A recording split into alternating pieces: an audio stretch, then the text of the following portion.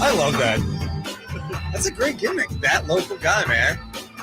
Welcome in. Deuce Mason, Chris Watkins, no Morgan Reagan today. Dude show. She's off. Yeah. Dude show. Hanging out with Drew. No Morgan, dude show. Yeah. Hanging out with Drew, that local guy. Talking some hoops this hour. You can get on the conversation too if you guys feel like it in the YouTube feed. If you want to pick up the phone. Now, who talks on the phone anymore? I don't think a lot of people do, but you can. 916-339-1140. Kings coming off a loss last night. I actually saw Drew on Friday. He was out at the airport. Y'all were out at the airport, man. Dude. That was crazy. Insane. I knew people would show up. I didn't think that many people would show up on short notice like that.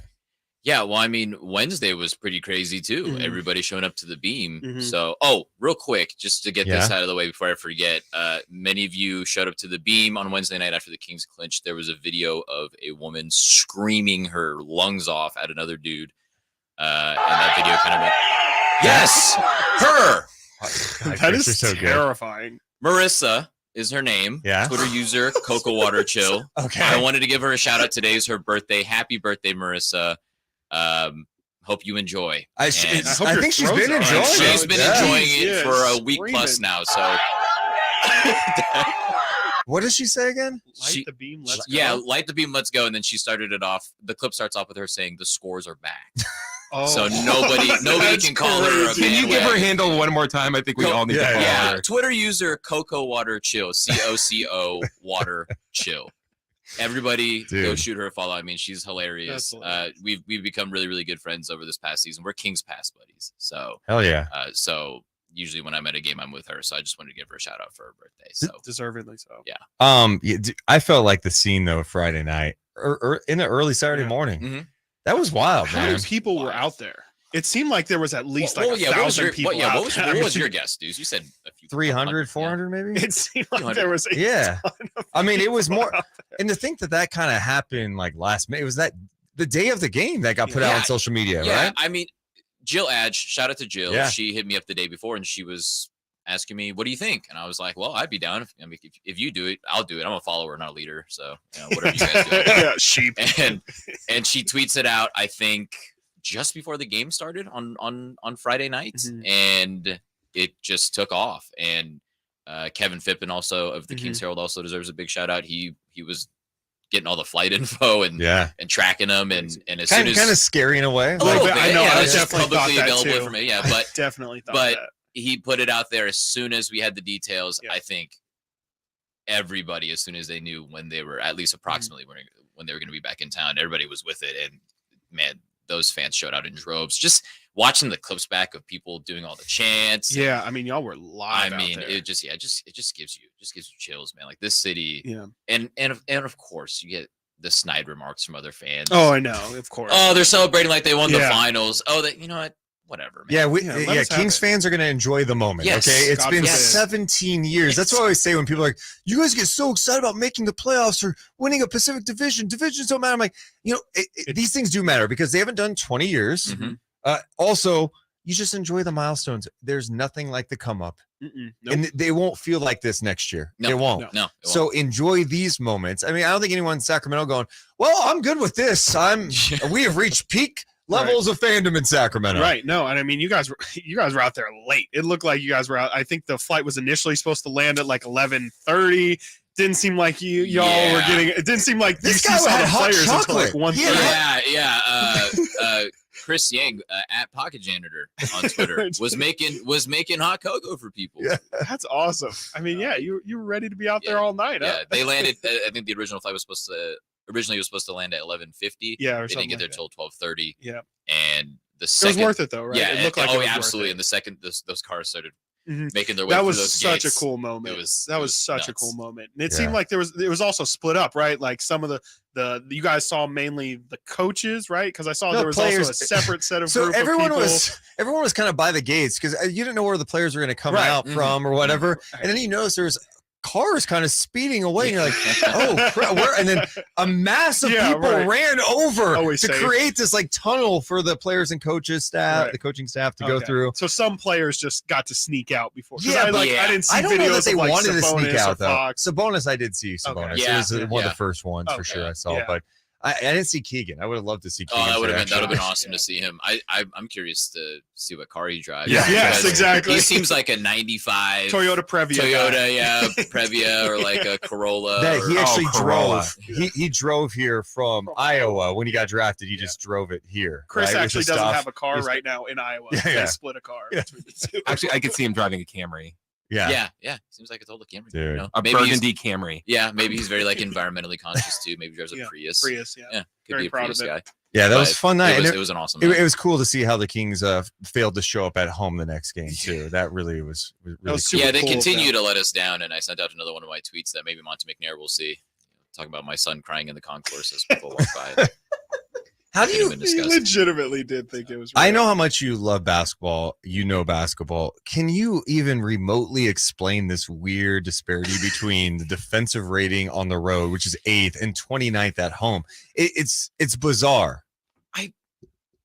I can't explain it. I was looking for answers a few weeks ago. Yeah. I just tweeted it out openly. Can somebody please give us some answers Right. here? To be the second worst defensive team at home when you Right. have that type of home court advantage, the environment has just been crazy all season long. I really can't think of anything other than, and this is a really specific thing that I have mentioned to some people. Maybe you guys think it's ridiculous, maybe it's not, but I do think that the sight lines are just really friendly in Golden One Center. Wow, someone said else that. said That was this. me. Was it you? That Was was that you? me. Yes. And it could also be like the seats. I know that in other cities the telling seats are you. different colors, but I heard you this have in Brooklyn darker as well. seats. I heard. Yep. You have darker seats. The There- lighting is yes, different. the lighting Behind the hoop. and then I'm you out have on this. you have the I'm out on LED. this. You have I the LED banners Yep. just below the suites, right? I swear. And they don't ever really. Sometimes they change colors, but they're not too distracting a lot of the times. And I don't know, maybe that's the reason why. I have no idea. But have no I was idea. lucky enough to, when I was coaching, we played a game there one Mhm. time, and I stepped onto the court, and I was like, yeah, this just feels right. It feels like Yeah. I'm in a. It really does feel like I'm truly in a shoot around. And when the game started, it was kind of the same thing. I don't know if it affected our team that night and the other team that we played as far as scoring, because I don't remember the final score, Yeah. but it's just a very friendly, Yeah. welcoming Hmm. shooting environment. Now, And you now I see want to guys look at walk some of in the and they're numbers. they're shooting the lights out. It's like, wait, how is it that the Lakers are Right. one of the 5 worst 3-point shooting Russell teams Westbrook coming yeah. in, and then they come in, and Russ shoots 4 of 8 from 3 in the first half? How does Yeah. that? How does that make any No, sense? I mean Anthony Edwards even says it. Yeah. He blatantly says he likes the rims in Sacramento. I mean, Mhm. granted, he could just be talking about the Sacramento gym in general. He likes playing in, but he Right. specifically said, "No, I really like the feel of it. I like the look of it." Yeah. And I think there is just, sometimes there is just a certain comfort level that you feel in certain gyms. Sometimes you'll, even in elementary school and high school, you'll Yeah. walk into gyms and you'll just be like, I kind of just like shooting on this hoop. I don't know. It's something weird about it, but Golden One Center, greatest arena in the Wow. NBA. Yeah, it I really mean, is. if I'm looking It at this really is. right, teams are shooting 50% from the field in Sacramento. That's a high incredibly percentage. high. That's They're shooting elite. 37% from 3 in Sacramento. That's Let's also look at pretty damn good. If a single team shoots that well, they're Yeah. one of the Yeah, exactly. Right. best That- shooting teams ever. Absolutely. and on the road, teams are shooting just under 48% and then 37% from 3. Okay. I don't know. I don't know. Yeah, It I is know. bizarre that it's that, it'd be one thing. It was like, well, they're 17th on the road and 29th. Okay. Well, Mhm. maybe they're a little better, but Mhm. to be in the top 10 in defensive rating on the road It's a little too and then drastic. near Yeah. the bottom. Yeah. Second to last. Yeah. Yeah, I don't know how to figure that one out. Yeah. Last night I was rewatching some of the game this morning against Dallas, and I know come playoff time, this is what happens. Mhm. Some of the elite players are going to try to hunt for matchups. This is Yep. what you do. Yep. Kyrie was really doing that in that fourth quarter last Mhm. night. Got Kevin Huerter, switched on him a couple of times, got Sabonis. What do you think are some good counters to that? Is it simply don't switch on those? Yeah, at the top of the show, you did mention that. Yeah. And you are right. It's much easier said than done. Yes. Yes, it Because is. when you're dealing with NBA Having to fight talent through it, level, right. speed, quickness, all that kind of stuff. Sure, it's in theory, just get around it. Get around it. Yeah, Get to it's the an other easy side. counter. What do you Yeah, mean? yeah, Just- what do you- Jeez. Obviously, it's not that Yeah, easy. I do think that we will see more hedging instead of just Sabonis being at the level Full or at switch, the touch. yeah. Right? You obviously like you said, you don't want to switch that. So that might be an answer. However, that does really, really strain the backline of your defense. Mhm. So it's really going to come down to, if you're Mike Brown and Jordy Fernandez, you're thinking, okay, we have to pick our poison here. If we say, all right, Domas, hedge a little bit harder, come up a little bit higher, and force him, push him up towards half court and make him go backwards before you allow him to make a read, and then you got to sprint back, to your man. I mean, that's asking a lot. And Domas's foot speed and really his quickness out there as a defender in open space is a little underrated. I think I agree. We weren't giving him enough credit before the season. No. When he was traded here, I thought that he and Fox are going to have a lot of trouble with that. Mhm. But he's shown a lot of improvement on the as far as that goes, being a defender in space, and just really his lateral quickness at the level is pretty good. But hedging, though, I don't know. There was one possession in the third quarter against the Celtics when the Kings played them here, where, I mean, that game was about to be out of hand. And so Mike Brown started saying, okay, we need to start blitzing. We might need to start jumping these guys with pick and roll. And Domas did a really good job one time of hedging high, sprinting back to his man, but then the person who was covering for him and tagging down on the roll exactly what did a good job tagging over. A pass was made. The roll man caught it. He was kind of caught in between in no man's land, threw a pass, and the Kings got a steal out of it. Are you going to get that on every possession? Yeah. Probably not. Yeah. But it's there if you want to go to that, at least for a couple possessions. Right. It's just, it really is with the Kings at this point. It's how far can your personnel take you? Mhm. They really don't have that many rangy, athletic wing defenders, big wing defenders. Mhm. Adding Kessler Edwards helps, but over a 7-game series, that one addition, how much can that actually do for you? It's really going to be on your point of attack guys, and it's going to be on Domas, and it's going to be interesting. We're going to talk more about some of these matchups too coming up. We got to take a break on the radio side. We're back in 60 seconds. Deuce and Moe on Sactown Sports 1140. Yeah, that's why the Warriors matchup just scares me so much, man. Yeah, dude. It's just, especially with them looking like they're Wiggins back. Wiggins is back in the Yeah. fold. Gee, Yeah. It's weird watching that game where they had to come back against the Pelicans Mhm. last week. I was just like, oh god, Yeah. they've got a lot of guys they can throw out Yeah. there. And they can just still do that thing where Yep. they're down, they by, just they're down by turn it on. 17, Right. and then they hit a couple of threes, Yeah. some stops. I feel like together. people are sleeping on Clay too. I feel like a lot of people still feel Yeah. like Clay is working himself back. I kind of think he's back. Oh, he's had some monster games like this I year. think he's second Yeah. in the league in 3-point percentage still. I think he's got the most 3-point makes this season. I don't think people understand that Clay, he's absolutely not the defender he used to be, because that was part of their game plan, was just, they would just throw Clay on the other team's best guard, but he's still a menace offensively. Like they're still every part offensively, the Splash Brothers. I wonder who the Warriors would put on Fox. That's the only thing. I mean, probably Dante and GP, but that's obviously not their starters. Yeah, that'll be But it'll interesting. probably be a lot. Because of I mean, that. Poole's liable to go off as well, depending on the night. But Poole's got some he's- length too. Yeah, he does, Yeah. but he's on defense. He's He not. can No, get he's cooked. garbage. Exactly. He can get absolutely you cooked. can just attack that. And yeah, I mean, the Kings don't run much pick and roll. They're obviously more of a.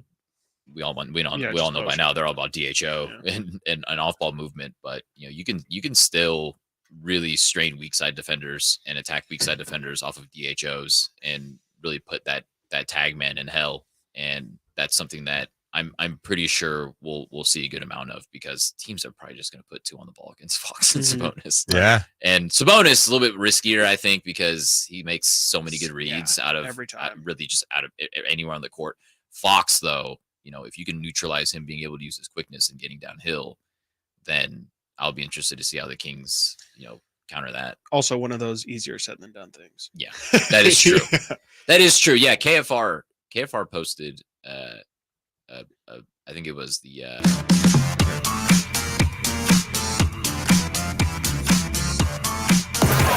It's Deuce and Moe. Deuce and Moe on Sactown Sports.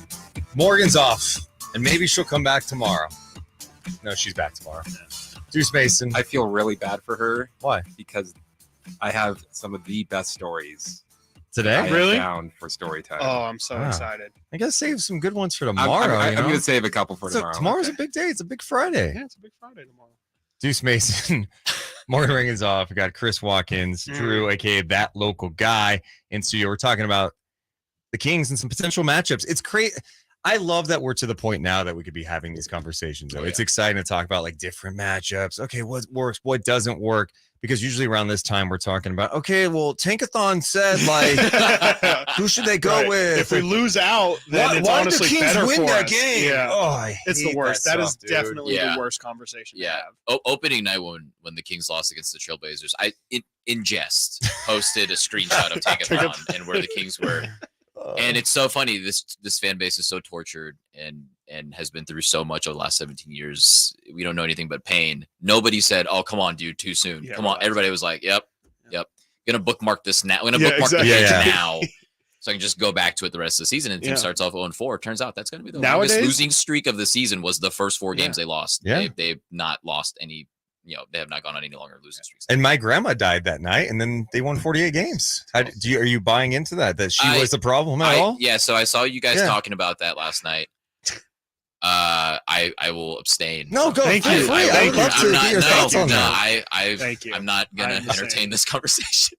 See, it's not. I it's love not- making people uncomfortable. I don't know why. It's just we want to It make is sure kinda- you're good. Yeah, you we know? want to make sure you're. Oh, I'm great. That's why. You think I'd bring it up if I wasn't good? Of course, I'm great. You just have a way of suckering people in and then just reeling them in on Yeah. your line And then being going at 'em gotcha, after. being like, You think that Deuce does it? He really doesn't do that. No, not at all. I'm not falling for this. I'm just not. It's just not. What do You're you not think's gonna happen if you took a shot, my girl? You think I'm gonna like punch you? No, Like, it's not. It might not even be you. It might just be like I'm like, okay, yeah, we're having fun, and I'm like, yeah, your grandma sucked, Deuce, and it's like, yeah. okay, that's like, okay, well, So you're the guy. Chris, like, not cool. I would never do that. Yeah. You're the guy that like when everyone's having fun, you're afraid you're gonna go too far. Yes, Okay, absolutely. gotcha. Well, especially we're on radio Yeah, here. well- That's like my perpetual fear on radio is like I'm gonna just take it too far. I don't. You can't say anything about my family that would offend me. I have Your realized family sounds like a great bunch of people, and I'm sure they were caring and loved you so much. Oh, that. See, so that's much. probably My the grandma most did. offensive thing. That My you can grandma say. did, Yeah, though. that's true. So that's cool. That's But cool, hey, dude. No, family love is tight. yeah. That's tight. But 48 wins post grandma death, huh? 48 wins, love from a Yeah. family. It is wild though to think that Which they is started where we're 0-4 and you're going, God, okay. Like Right. even if you were somewhat optimistic at that point, you're going, well, I mean, they're playing hard. Can Yeah. they get it together? For them to have this type of turnaround, I don't think anyone would have predicted it. Yeah. It- 119.6 offensive rating, by the way. I mean, See, so yeah, Just the other day insane. on Chris and Company, every day from 10 to 11, right here on Sactown Sports 1140. Nice plug. Great plug. I had Brendan on earlier this week, and I asked him just like the biggest surprise of the season. Is it the Kings having the best offense in the NBA in NBA history? The Kings being the number 3 seed in the Western Conference, or I mean, I guess in hindsight it's not that crazy, but 2 All-Stars. If I would have told you at the beginning of the season, it's crazy enough that all of those things are true. But if you had to pick one that you just would have been like, there's a 0% chance that has happened. the 3 seed. Yeah, 3 seed. so. Because preseason we spoke about it. Yeah. We were high on the offense. Best in Don't NBA think we were history. thinking best in NBA history. Yeah. Yeah, but the offense was projected to be pretty Yeah. good based on the pieces that were added and the 2 guys you were building it around. Yeah. So Watching that offense in the second quarter last night, that was maybe peak Kings offense too. Just seeing yeah. what they were doing with the ball movement. Sabonis, I mean, it was giving me flashbacks to early 2000s. Sabonis behind the back passes, just disgusting. And honestly, watching them, you're like, that has some Warriors-esque feel to it with how they're I mean, dropping 44 and a quarter is not an easy thing to do. No. How many times have they done it this year? I mean, they've done it a lot. Mhm. Yeah. It's Yeah, it happens pretty all the time. crazy how explosive, and I think we talk about that so much with the Kings. Like, can they stop anyone come playoff time? But yeah, breaking news: these other teams have to try to stop the Kings. Yeah. exactly. Do you feel like this offense is prepared to be productive in the playoffs? 100% because this offense is built for the playoffs, and we've spoken about it a lot. And Yeah. and I'm forgetting his name, which kind of makes me feel bad. But somebody from the Ringer did a piece about the DHO thing with the Kings and how the leaderboard is literally just Domantas. It's It is 5 Domantas pairings of Sabonis. Domantas Sabonis and somebody else, Yeah. and then like the other one is Jalen Brunson and Julius Randle. Yeah. Like it's it's such a key element to this offense. And the big reason why it's such a perfect thing for the playoffs is, look, every team has a stock pick and roll coverage. Who's out there? Who's guarding that pick and roll? Whoever's involved in that action on defense, okay, we're going to guard it this way. We're going to go over. We're going to go under. Big man's going to, either be at the level, he's going to be in a deep drop, or he's going to be hedging, whatever it is, right? You can't really do that on DHOs, especially not with Kevin Huerter coming off of those, especially not with Keegan Murray coming off of those. For those guys to be 6'7", 6'8", and shoot off the move like they do is crazy. And then, of course, you have just an absolute wrecking ball in Domantas Sabonis, who is the lead screen assist guy in the league, right? That's going to be tough to defend over a 7-game series. And obviously there will be adjustments and counters made by the other team on defense, but there's not really much you can do, because when you get shooters coming off of movement, and even Fox coming off of movement already taking a handoff, he's got a full head of steam going to the basket. Pick and rolls are different. It's guy with the ball, guy setting a screen, they're stationary, and then, okay, we go, right?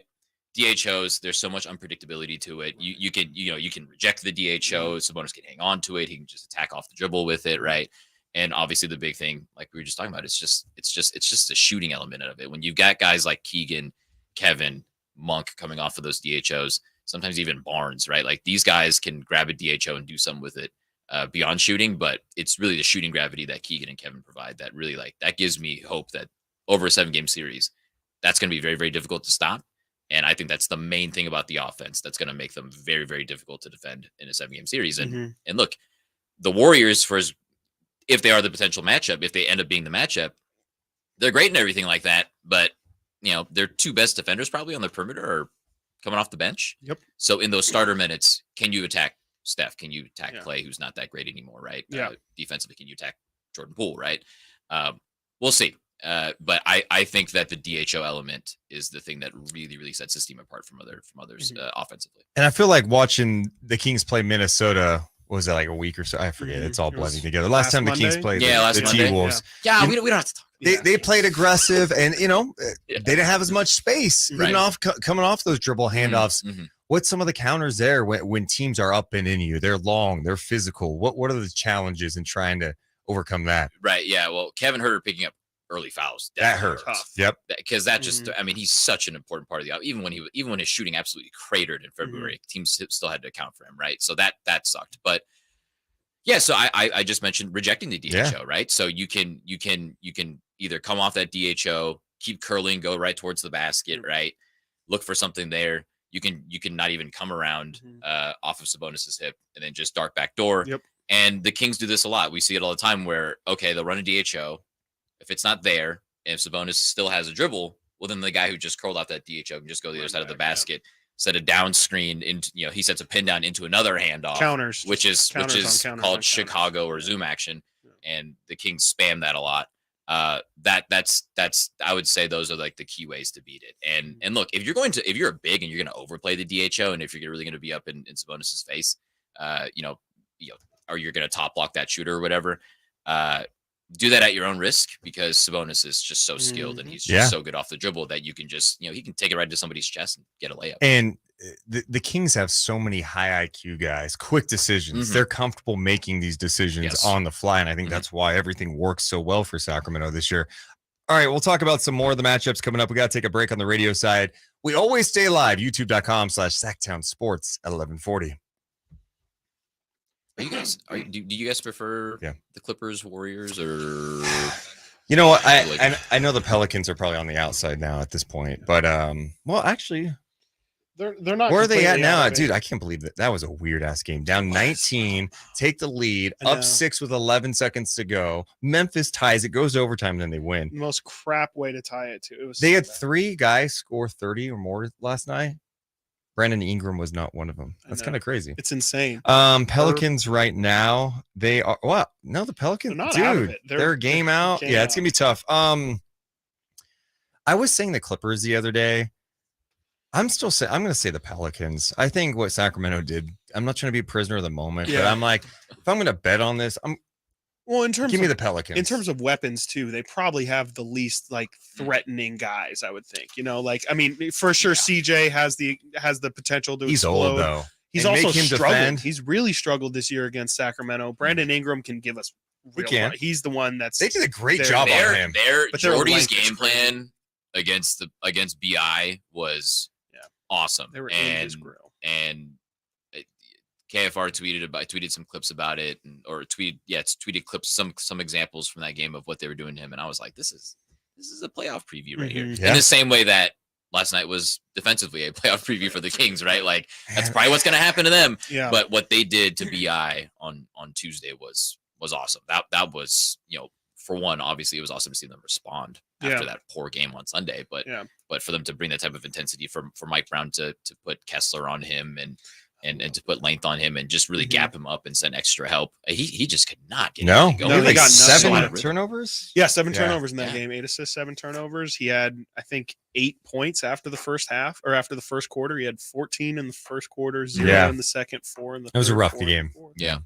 Did Did Ingram play against the Kings when they played here when the Kings blew them out or no? They did. He did, did. right? He did. He And the did. Kings didn't have Fox. So Right. they were Foxless in 2 That's what I'm games against saying. the I Pelicans. like that matchup probably best. Yeah. Even last night I'm watching that game against Dallas, and as frustrating as it was to see Kyrie take, he also hit some just Yeah. unbelievable Yeah. shots. Yeah. Kieran had an off night. The Kings got shook last night by the officials in that third, and I also thought offensively in the third, I was like, "What do you? We're just done making the extra passes." Like they settled a lot. Yeah, And they it did. happens. It happens. But I wasn't as. I mean, I get it's like a preview of what could come, especially how Kyrie attacked him. But they only lost by 4 points. Yeah. and It they was had a competitive, yeah. terrible third quarter. Terrible Yeah. first quarter too. Yeah. I think those, and I'm sick and tired of it because we've been seeing it all season, but those kind of just throw your hands up and say whatever after a guy hits a crazy shot type of situations. What can you do? Yeah. And if Kyrie's doing that, That he's- corner Yeah. three, he put that up on the damn lights. Yeah, that was great. Even that shot he hit over Davion, where Davion played Yeah. incredible Oh, yeah. defense. Yeah. I think he might have traveled, but Yeah. he that's just ridiculous shot making. Like, and much there's is nothing you can do made about that. Davion and how he's only 6 feet tall. What's his defensive effect? It's like, dude, Kyrie, that's one of those guys that he should be guarding really, really well, and he Yeah, did. he He did. just He just didn't matter. it's just a bucket. Like Yeah. that's